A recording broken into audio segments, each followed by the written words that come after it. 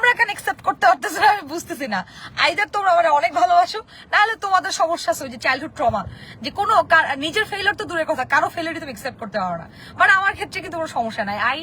I celebrate my failure, and আমি আরো 1000বার failure করতে আমি ভয় পাই না। আমার পা থেকে মাথা পর্যন্ত সাহস। আই টোল্ড ইউ গাইজ, আমি আরো 200 বার ফেল করবো, আমি আর 200 বার ট্রাই করবো।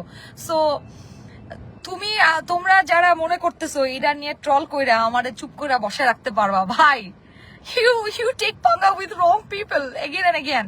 আমি 1000 বার ট্রাই করবো, and this is my starting, just starting. আমি আমার ক্যারিয়ার শুরু করছি, তুমি বুঝো বিষয়টা, একটা আমার রাজনৈতিক ক্যারিয়ার শুরু করছি আমি এমপি পদপ্রার্থী থেকে। তাহলে আমি কোথায় যেয়ে শেষ করবে তোমার বোঝা উচিত, বুঝছো? এটা তো আমার শুরু মাত্র। আর এটা স্বাভাবিক, দেখো তুমি একটা লজিক মিলাও। যারা এত বছর ধরে ত্যাগ তিতিক্ষা করে রাজনীতি করছে, বিএনপি কে সার্ভ করছে, এবং এত সিনিয়র নেতা নেত্রীরা দাঁড়াইছিল এখানে সংরক্ষিত আসনে, তাদেরকে না দিয়ে একদম নতুন কাউকে দেওয়াটা, এটা কি বুদ্ধিমানের কাজ? লজিক্যালি তো এটা হয় না।